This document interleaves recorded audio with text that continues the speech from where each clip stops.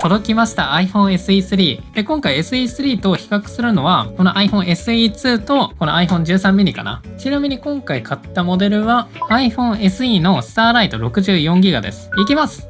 オープン。よいしょ。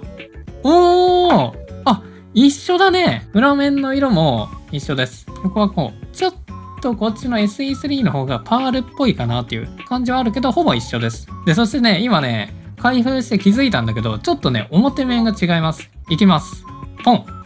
ほら、ここ今までこれなかったよね。指紋のなんていうの、ほら、充電のこのサンダーのロゴなかったよね。なんかフィルムがちょっとこだわってるわ。あ、こことかもそうだ。なんか Android っぽくなったね。電源ボタン、音量上げ下げ、マナーモードボタンとか説明がついてる。で、そして付属品は Type-C to ライトニングのケーブルにいつものやつ、リンゴステッカーは白、書類にSIMピン。SIMピンも変わったね。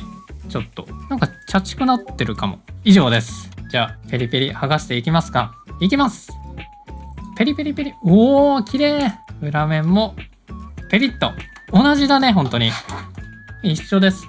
で、13ミニと比べるとちょっと縦長くて横も長い。一回りはいかないけど 0.3 回りぐらいでっかくなった感じです。ミニシリーズと比べると。じゃあこちら iPhone SE3 電源入れていきます。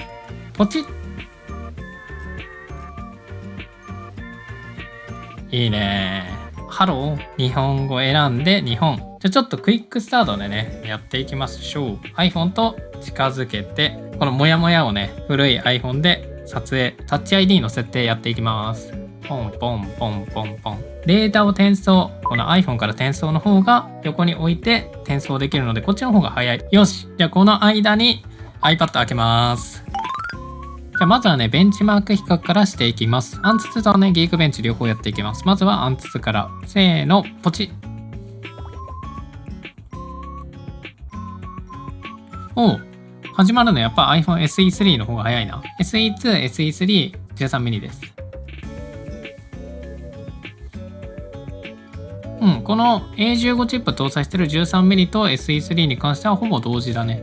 SE2 はね2年前の A13 なんでちょっと遅れ気味。SE2 はねちょっと引っかかりある時もあるけど、こっちはね引っかかりないね。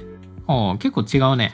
はい、結果がこちら。559,416、72903、777,736。こうやって見るとね、同じ A15 チップでもちょっと違います。ただ、違うのは、GPU が結構違うな。1割ぐらい違う。で、メモリ 4GB と 6GB なので、その辺も違うね。ちょっとクロックダウンされてるかな。どうだろう。で、SE2 と3に関してはもう全然違いますね。17万点ぐらい違います。これは結構大きいと思います。チップは A13 チップ、A15 チップ、A15 チップ。メモリは 3GB、4GB、4GB になってます。じゃあ CPU からギークベンチやっていきます。個人的にはね、アンツツよりもギークベンチの方がね、精度は高いような気がしてるので、こっちの方を参考にした方がいいかなとは思います。じゃあやっていきます。ポン。CPU スコアがこちら。シングルコア1317、1709、1720。マルチが3081、4382、4486。CPU に関しては特にね、クロックダウンとかされてる感じはなさそうです。SE2 と3比べると結構違いますね。シングルで400、マルチで1400。かなり違うので、やっぱね、動作スピードとかは結構違いが出てくるかなと思います。そしたら次は動画編集とかゲームとか、そういったね、グラフィックを使う作業に必要な GPU スコアチェックしていきます。ポン。結果が7116、13003、13586。グラフィックに関してはね、もうこの SE2 と SE3 全然違います。なのでゲームで SE2 で画質を上げて重くなっちゃったやつとかも SE3 だったらね、問題なく動くっていう感じになるんじゃないかなと思います。で、このSE3 と iPhone 13 mini に関しては、600違うけど、このぐらいは誤差の範囲って感じでいいかなと思います。そこまで大差はないかなっていう感じです。ここはね、6000違うんで。こちらの iPhone SE3 に関しては A15 チップ、iPhone 13シリーズと同じチップを搭載しているので PUBG で画質ウルトラでアンチエリアスをオン、最大の画質にして遊んでも全然ね、カクつくことなくかなりね、快適に遊ぶことができます。ゲームの検証に関してはね、今後いろんなゲームでね、検証していくので、検証してほしいゲームがあればぜひコメント欄で書いてみてください。効果中もね、カクつくこと全然ないですね。で、これね、降りるときに一瞬カクつくこととかあるけど、それはどうだろう。ないね。めっちゃ滑らか。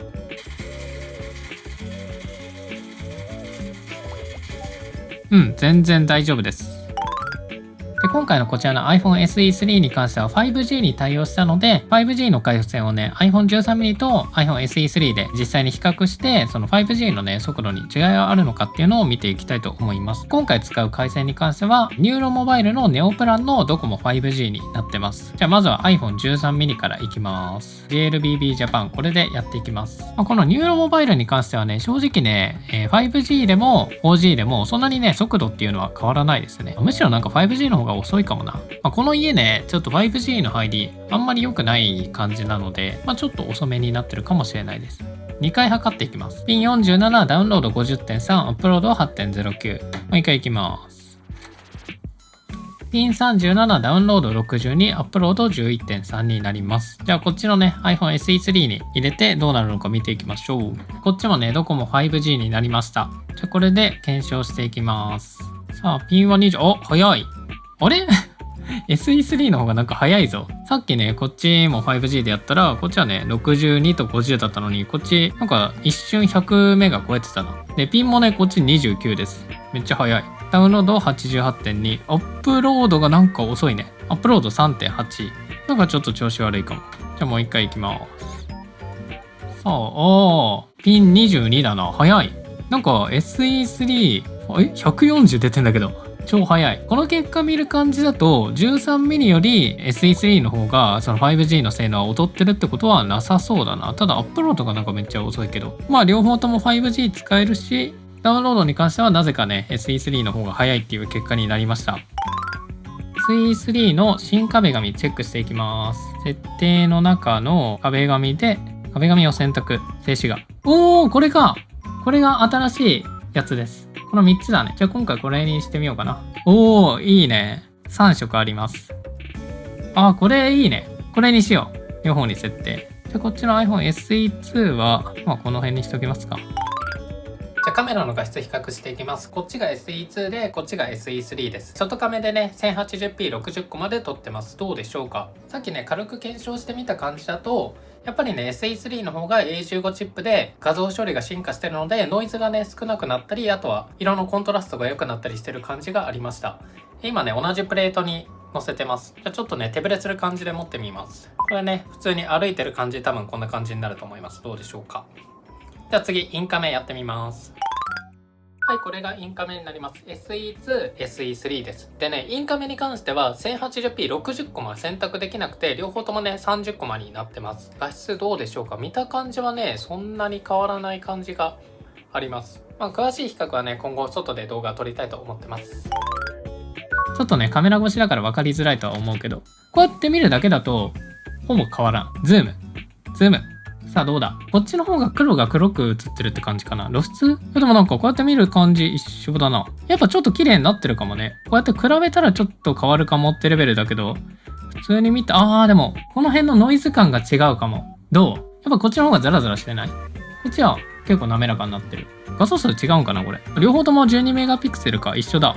で、レンズも 28mmF1.8 で一緒ですね。でも、こっちが1枚 1.9 メガ。で、こっちが 3.1 メガだから、なんかビットレートとかが上がってるのかもね。F1.8、シャッタースピード50分の1、28mm、一層がちょっと違うか。でもセンサーが一緒だけど、多分、やっぱ A15 チップの処理のおかげで、ちょっとこういうところがザラザラじゃなくて、ぬめっとしてますね。ただこの違いで買い替えるかって言われたら、全然買い替えなくてもいいレベルな気がする。画像処理性能が上がったって感じだね。そうだ、今回の iPhone SE からは、フォトグラフスタイル対応したんだね。フォトグラフスタイルは、この写真の状態で上にスワイプ。ここの写真が重なってるみたいなマークを押して、これを撮ると、標準でしょ？リッチなコントラスト。黒が締まる感じね。で、鮮やか。これは色が濃くなる感じ？これちょっとわかりづらい。このロゴ、ほら。トラスのところがちょっと色変わった。で、あったかい、冷たい。これは色温度だね。で、こういうのを自分好みに変更できます。トーン。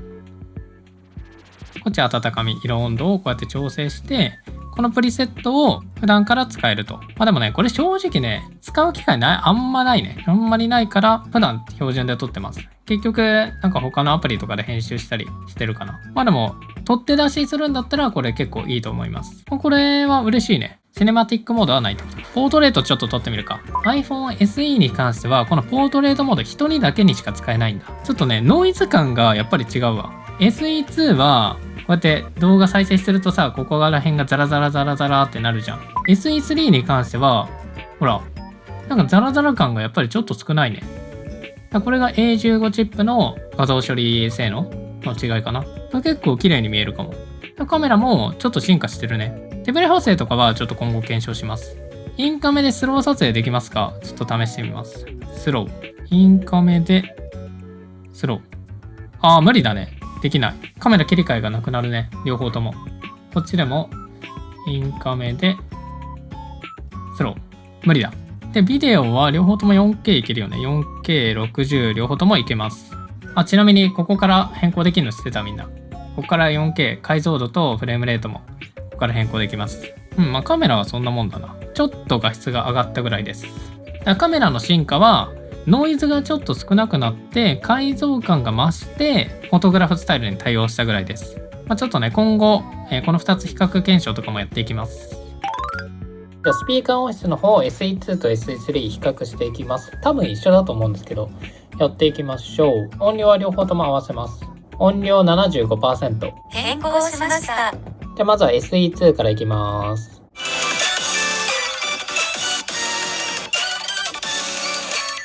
SE3 いきます。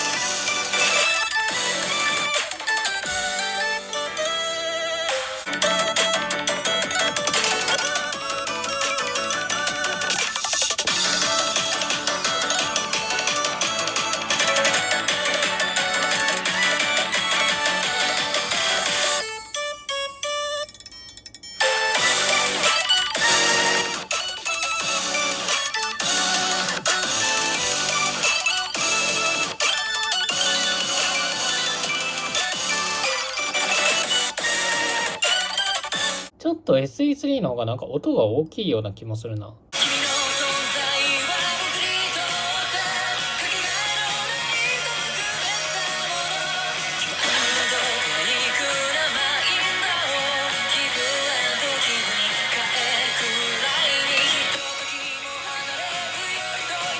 なんか音量が SE3 の方がめちゃめちゃでかい。ちょっと 50% にしてみます。メディアの音量を 50% に設定します。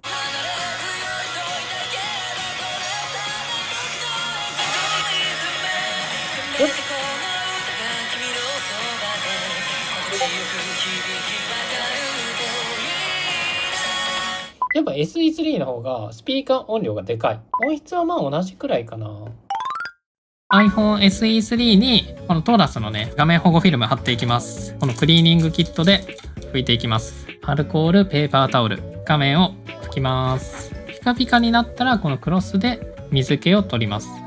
よし、拭いてこのねカバーをつけます。これ電源ボタンの穴あるんでこれを右側にこうやってはめていくと。そうしたら保護フィルムトラスの保護フィルムをここにね落としておけばいいんだけど、この間にねホコリとか乗っちゃってると思うんで、そういう時にこのホコリ除去ステッカーとかを使ってホコリを取っていきます。さあ置きました。お、見えるかなこれ。ちょっとずつ気泡がなくなってるので、これで付属のこのヘラね、このヘラを使ってこうやってビヨーっと空気を出していきます。でついたらこれ取って OK。 こうね横の空気とかも押し出していきます。精度に関してはもう適当にね置いただけで、このホームボタンのところ位置完璧じゃない？これ位置完璧で、受話口の位置完璧、カメラの位置も完璧、横も全然大丈夫だね。いい感じ。ホコリに気をつければかなりね精度よく貼れると思います。特にこのね枠が被ったりもしてないね。いいじゃん。で見た感じね画質が悪くなるとかはないね。ただねホームボタンのところちょっと分厚いから違和感は少しあるかもね。フィルムの厚さ分ちょっと奥に押し込むみたいな感じはあるね。ただこういうところにねタッチ ID 対応の保護ボタンみたいなやつあるから、そういうの貼り付けるとちょうどいいかもって感じです。そしたらケース取り付けていきましょう。今回買ったやつがスターライトなんで一番合うのはこれよね。トラスのクリアケース、背面がポリカーボネートで横が TPU のやつ。これ最初つけていきます。よし、おおいいじゃん。裏面の白ちゃんと見えるし、側面はこんな感じ。しっかりね四隅も守られてて、ボタンに関しても普通に押しやすいね。普通の TPU ケースっていう感じ。で、マナーモードもしっかりできるし、スピーカーとかね、マイクの穴、ライトニングの穴もしっかりぴったりだね。精度も高いです。カメラ部分。これいい感じ。じゃあちょっと次違うやつもつけてみます。続いては、この背面がマットになってるタイプね。あ、これちょっと重いかもな。少し重め。で、カメラ部分はこんな感じ。そっか、これちょっとね、分厚いね、こっちより。だから少し重みも感じる。で、裏面はマットだから、ちょっと滲む感じがあって、で、他は特に変わらないかな。さっきの透明のやつは、このね、ストラップホールあるんですけども、こっちはないです。今のところね、こっちの方がおすすめ。じゃあ次これ、TPU で側面も TPU のやつ。で、赤いメタリック加工がされてるやつつけていきます。これ軽いね。よし。おう。あ、いいね、これも。スターライトとも合うわ、普通に。メタリックレッド。全部 TPU です。これもなんか差し色としてもいいかもしれない。黒に合うかな、どっちかって言ったら。レッドと黒。あ、ホワイトにも合うね。で、ストラップホールはなくて、こんな感じです。ボタンも普通に押しやすい。あ、すごいね。これなんか表から見たら、レッドの iPhone SE 買ったみたい。で、この端がさ、こう出っ張ってるケースってさ、フィルム貼ってないとこう引っかかるじゃん。でもこれトラスのフィルムとトラスのケースつけてたら、ここがね、平坦になるから、なんか指が引っかかることがないね。ぬるぬるいける感じ。これいいね。こういうのも計算されてるのかも。もしかしたら。次は TPU で裏面ポリカーボネートで、これ黒いマットなやつです。これはブラック向けな気がするな。ホワイトとはなんかあんま合わない感じがするな。ブラックの iPhone 向け。で、横はこんな感じでね、ちょっとツルツルの TPU って感じかな。ボタンも押しやすい。ストラップホールあるね。穴も特にずれたりしてないし、まあいい感じだね。結構グリップ感があるかも、こっちの方が。落としたくない人だと、これいいかも。グリップ力あります。次最後、ハードケースです。ポリカーボネットのやつ。横もポリカーボネットです。これがね、一番軽い。これつけていきます。よし。おー、ボタンも押しやすいね。ただこれ、リンゴマークが見えなくなるから、そこがちょっと残念かもな。まあ、こんな感じですね。まあ、普通のケースっていう感じかな。ただこういうハードケースに関しては、落とした時にね、結構割れたりするんで、あと衝撃吸収がやっぱ TPU の方があるから、個人的にはやっぱ TPU の方がおすすめかな。あ、このハードケースちょっと取りづらいかも。ちょっと硬いね、取るとき。今回使うのは、やっぱこれかな。横が TPU で、背面がポリカーボネート。これポリカーボネートだと、背面が綺麗に見えるのと、あとね、黄ばまない。TPU ってね、やっぱ素材上黄ばんじゃうので、裏面黄ばませたくないっていう人は、このケースかなりいいと思います。よし。いいね、これ。今回はこれで使っていきます。